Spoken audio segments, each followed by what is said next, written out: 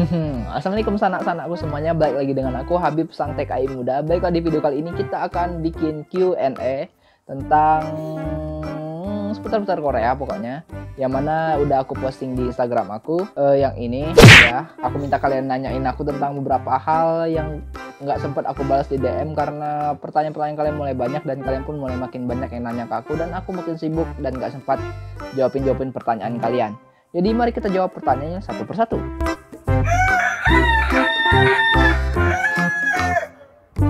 Oke, dari pertanyaan pertama, ini aku cari pertanyaan yang gampang-gampang dulu deh. Kapan nikah? Gampang ya bener pertanyaannya. Jawabnya gampang, nikahnya susah sih. Aku pengen nikah kalau udah pulang dari Korea dan tentunya udah punya tabungan lah. Nikah kan gak gampang. Pokoknya kalau nanti pulang ke Korea, insya Allah aku nikah. Dan yang kedua, kalau dari Rani 1918, kalau kerja di Korea ada batasan usia nggak kak?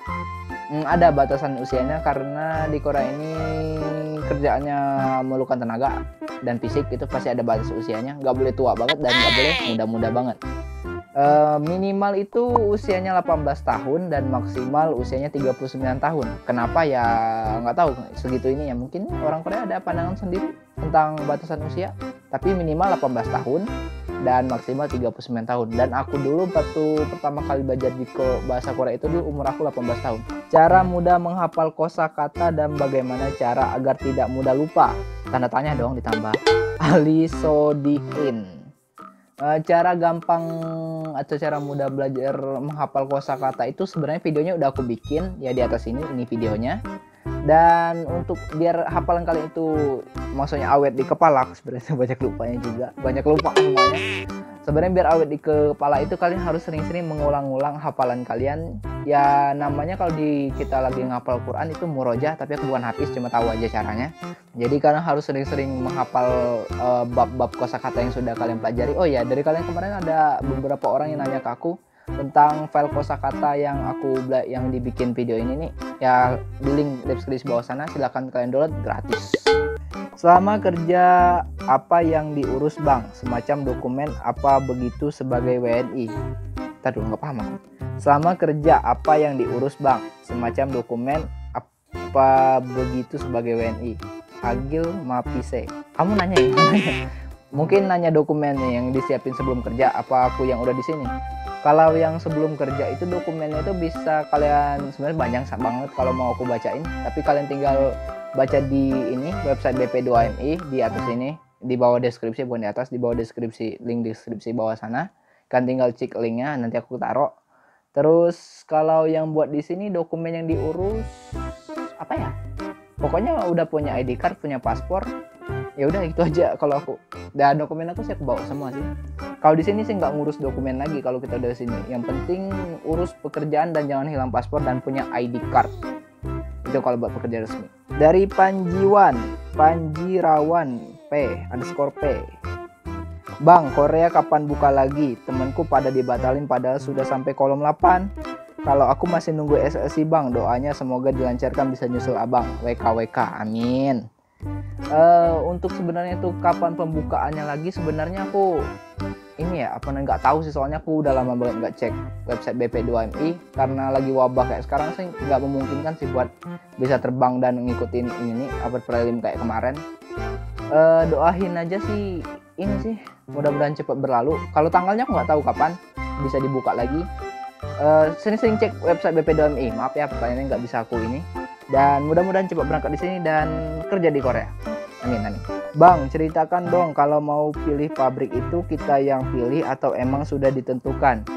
Jadi pas kita mau sending data dulu teman-teman, sebenarnya itu kita yang milih pabriknya. Sebenarnya iya kita yang milih, jatuhnya kita yang milih karena pas kita sending data itu kita akan memilih mau kerja di pabrik bagian apa, sekedar formalitas sih sebenarnya. Misalnya kalian mau kerjanya yang di pabrik casting, yang ini aluminium, terus mau kerja di pabrik plastik yang kayak aku, atau mau kerja yang bidang-bidang lain lah yang pernah kalian, apalagi yang kalian udah punya pengalaman kerja. Kalau aku dulu belum ada pengalaman kerja sama sekali, jadi ya yang penting dapat kerja aja udah syukur. Tapi sih sebenarnya nih teman-teman, buat kerja ke Korea itu yang paling penting itu kalian tuh sudah berangkat kerja di Korea, itu aja udah syukur banget. Soalnya kalau kalian mikirnya pabrik yang bagus harus didapat gitu, apalagi yang sampai nolak SLC itu, tapi belum ada sejarahnya sih orang yang nolak SLC gitu, belum ada sejarahnya. Kalau sepengetahuan aku, kalau udah dikerja di Korea kan kalian nanti bisa pindah kerja kalau mau kerjanya nggak cocok. Pertanyaan selanjutnya, Bang mau nanya dong, di sana bisa kerja sambil kuliah nggak ya? Kalau bisa, sistem kerja sambil kuliahnya seperti apa kira-kira? Jawabannya bisa banget. Jawabannya tuh adalah kuliah di Universitas Terbuka Korea Selatan atau UT Korea Selatan nih namanya. Sistem kuliahnya itu 1 semester itu cuma 8 kali pertemuan dalam 2 bulan. Jadi masuknya itu di hari Minggu aja nih teman-teman. Jadi gampang banget sebenarnya tuh kuliahnya itu. Cuma kalian harus masuk di hari Minggu dan 1 semester cuma masuk 8 kali pertemuan. Dan sudah itu ya pasti ada ujiannya sih 2 minggu. Jadi 10 kali pertemuan bisa dibilang gitu. Untuk biayanya sebesar 500 ribuan kalau aku dulu. Tapi kalau sekarang aku sudah nggak kuliah lagi. Kenapa? Karena ribet rasanya, karena aku harus ini apa namanya itu nyesuaiin banget. Kalau dulu nggak kuliahnya itu kadang hari Minggu harus masuk apa gimana, tapi kalau aku sekarang lebih fokus kerja dan nge-YouTube dan nabung buat modal usahaku depannya. Nanti kalau udah di Indo, kalau udah santai sih mau kuliah, rencananya mau kuliah lagi. Tapi kalau untuk sekarang aku masih belum mau kuliah, nanti aja dulu. Kerja Yagan Jugan itu ada jadwalnya apa enggak? Ntar baca lagi. Kerja Yagan Jugan itu ada jadwalnya apa gimana Kak? Dan durasinya masing-masing berapa jam? Dan ada lemburnya nggak Kak? Kapan review kegiatan kerja sehari Kak? Itu kalau sempat, kalau enggak ya skip lain kali. Semangat Kak. Oke, makasih pertanyaannya. Pertama aku jelasin dulu, kerja Yagan Jugan itu biasanya terbagi dua, antara 2 shift atau 3 shift. Karena Yagan Jugan nggak mungkin kalian kerja 24 jam soalnya kan. Kalau yang shift aku contohnya kerjanya itu 12 jam kerja dari jam 8 ke jam 8 lagi. Jadi masuk jam 8 malam balik jam 8 pagi atau sebaliknya. Dan yang sistem kedua itu yang kerja 3 shift. Kerja 3 shift itu teman-teman ada 2 macam juga. Ada yang kerjanya 8 jam kerja. Jadi dari jam 8 ke jam 5 ke jam 12 malam, jam 12 malam ke jam 8 pagi. Dan 3 shift yang lainnya kayak pabrik aku yang dulu, kalian masuk 4 hari, libur 2 hari, masuk 4 hari, libur 2 hari gitu terus. Tapi yang nggak enaknya kalau yang sistem kayak gitu, kalian masuknya itu bisa jadi kadang tuh masuk wajib di hari Minggu dan nggak dihitung lembur. Buat lemburannya enaknya itu Yagan Jugan itu kalian pasti dapat lembur kalau kerja 12 jam kayak aku. Soalnya kan kerja di atas 8 jam pasti lembur. Kayak aku kan ya misalnya itu kalau 8 jam kan dari jam 8 ke jam 5 nih. Kalau kerja jam 8 biasa, sisanya itu lembur semua. 3 jam 4 jam itu lembur. Jadi pertanyaan selanjutnya, Wong Palembang bukan sih? Aku bukan Wong Palembang, aku Wong Bengkulu asli. Dan kenapa bahasa Bengkulu dan bahasa Palembang itu mirip-mirip? Karena memang Bengkulu itu dulu, kalau cerita bapak aku sih, memang Bengkulu itu dulu tuh anakannya Palembang. Maksudnya tuh dulu tuh provinsinya masuk ini, Provinsi Sumatera Selatan. Dan juga kakak ipar aku tuh orang Palembang. Dan aku punya juga kakak angkat aku, kakak Yusuf itu orang Palembang. Jadi bahasa aku campur-campur. Bisa kayak kedengar bahasa Palembang, bisa juga kayak mendengar bahasa Bengkulu. Tapi samalah. Pasti pakai oh, yo, ida, kate, sama lah. Bang, cara melihat ujian TPS. EPS maksudnya. Tempat pengisian suara, TPS. EPS. Bang, cara melihat ujian TPS lagi, EPS topik diselenggarakan di mana ya? Ada nggak syarat fisiknya? Seperti gigi atau cacat karena operasi? Terima kasih Bang, sama-sama pertanyaannya. Cara melihatnya itu kalian bisa cek di website BP2MI atau website BP2TKI. Kalau sekarang sih namanya BP2MI, Badan lupa. Sebentar, Google, apa itu BP2MI? BP2MI adalah Badan Perlindungan Pekerja Migran Indonesia. Ya itu, BP2MI. Syarat dan ini ya, cacat fisik ya. Sebenarnya tuh syaratnya tuh nggak ada sih. Ada orang nanya sama aku, apa ada syarat tinggi badan Bang? Nggak ada sih. Kalau untuk aku sih tinggi badannya kan 170 meter. 170 meter, tinggi banget aku. Menara. Kalau aku kan 170 cm, 172 sih tepatnya, 172 cm. Kemarin pas medical check up tahu lagi, itu kan lumayan tinggi nih. Biasanya standar kerjanya tuh segitu-segitu semua kan. Kalau teman-teman aku ada yang 155, ada yang 160, macam-macam. Tapi menurut aku sih nggak ada sih. Yang penting itu fisiknya mumpuni buat kerja, nggak buta warna. nggak ada penyakit yang kayak daleman kayak TBC dan sejenisnya, bronkitis itu nggak boleh. Ya intinya tuh fisik siap buat kerja, lulus ujian. Dan kalau buat jari nggak boleh amputasi ya teman-teman, tangan apa jari yang lain-lainnya tuh nggak boleh yang ada amputasi. Ya gitulah seleksi yang untuk fisiknya. Tapi rata-rata sih kalau sekedar patah gigi dan patah tangan, aku juga patah tangan nih, nggak apa-apa. Udah kerja di Korea nih patah tangan, bengkok tangan aku. Sekedar info pas SMA kecelakaan. Oke lanjut. Gini mas, sekarang kan corona. Aku santai banget ya. Gak apa-apa lah. Gini mas, sekarang kan corona. Ya gini. Kalau ada rencana mau kerja ke Korea, kira-kira memungkinkan nggak? Memungkinkan. Pertama kan kalau mau kerja ke Korea itu kan harus lulus ini tesnya kan. Mumpung lagi corona ini, kalian harus sering-sering belajar buat EPS topiknya itu. Ya memang kita nggak tahu kapan EPS topiknya akan dilaksanakan.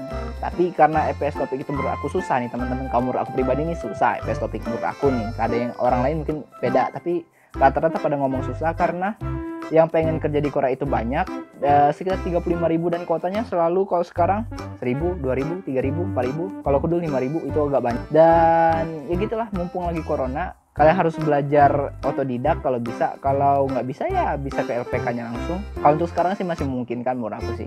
Apalagi dengan wabah kayak gini kan, gimana ya? Ya pasti ekonomi dunia turun, menurut aku pribadi ekonominya turun dan kita harus banyak tabungan. Ya contohnya kayak kerja di Korea sini harus dimanfaatkan dengan uangnya yang alhamdulillah besar di sini. Oke, pertanyaan selanjutnya. Jadi jawaban tadi itu memungkinkan banget asal kalian mau belajar, nggak sekedar lihat HP dan. Oke, pertanyaan selanjutnya. Gimana cara kerja sambil kuliah, Kak? Cara kerja sambil kuliah? Maksudnya cara kerja sambil di kuliah kalau di Indo apa di sini? Nah, kalau di Indo ya pertama kerja dulu baru kuliah. Kan kerja sambil kuliah, bukan kuliah sambil kerja kan? Kalau di sini pertama kita harus kerja dulu kan kerja sambil kuliah. Pertama cari punya kerjaan dulu dan kuliah di UT Korea Selatan. Caranya yaitu kalian punya fotokopi ijazah kalian. Nanti kalau kalian ini mau kerja di Korea, jadi kalian harus bawa fotokopi ijazah kalian SMA, yang pasti nggak mungkin SMP kalau kuliah kan, yang sudah legalisir. Ya berapa lembar lah, bawa 5 lembar ke sini, nanti daftar di UT Korea Selatan pas lagi pembukaannya. Nanti itu biasanya ada di Facebooknya sih, nanti aku letakin di link deskripsi bawah sana ya, ini halamannya. Pertanyaan selanjutnya dari Setiarip, ada target nggak kerja ke Korea karena apa? Ada target nggak kerja ke Korea karena apa? Maksudnya target pas kerja. Kalau lagi kerjaan aku sekarang sih kerjaannya nggak ada target dari pabrik. Tapi kalau target aku kenapa aku kerja di Korea sih ada. Karena aku pengen jadi pengusaha sukses, karena itulah jalan ninjaku. Targetnya pasti karena pengen nabung, pengen bagian orang tua, pengen juga membuat masa depan yang lebih indah lagi, yang lebih bagus dan lebih cemerlang lagi. Kalau di Indo kan gaji TKI Korea ini kan gede kalau kita di Indo, tapi kalau di sini ya biasa aja sebenarnya. Tapi intinya tuh buat menata masa depan yang lebih bagus lagi. Kalau aku sih tujuannya targetnya biar aku jadi pengusaha sih. Oke, Kak, emang bener ya kesempatan buat cewek jadi TKI Korea itu kecil? Sehat-sehat ya Kak, BTW aku setia menunggu vlogmu. Wah, terima kasih. Kalau mau jujur jawabannya, iya susah. Menurut aku pribadi ya, satu orang cewek yang berangkat itu kemungkinan cewek buat berangkat ke Korea itu adalah 1/1000 menurut aku pribadi. Kenapa aku ngomongin gitu? Karena dulu aku pas kursus dulu ada beberapa orang cewek yang lulus dari tempat kursus aku dan belum ada yang berangkat. Seingat aku belum ada yang berangkat. Ya itulah kenapa menurut aku sih kesempatan buat cewek lulus bahasa yang ke Korea ini susah. Tapi ada beberapa pabrik yang tertentu yang memang menginginkan buat pekerjaannya itu banyakkan yang TKW. Karena contoh kayak pabrik yang pernah aku meetingin dulu, pabrik benang. Pabriknya itu kayak nyusunin benang harus teliti-teliti banget. Sementara cowok kan rata-rata sih kurang teliti kan. Kalau cowok kan rata-ratanya bawaannya kurang teliti. Kalau cewek kan teliti gitu, pelan-pelan gitu.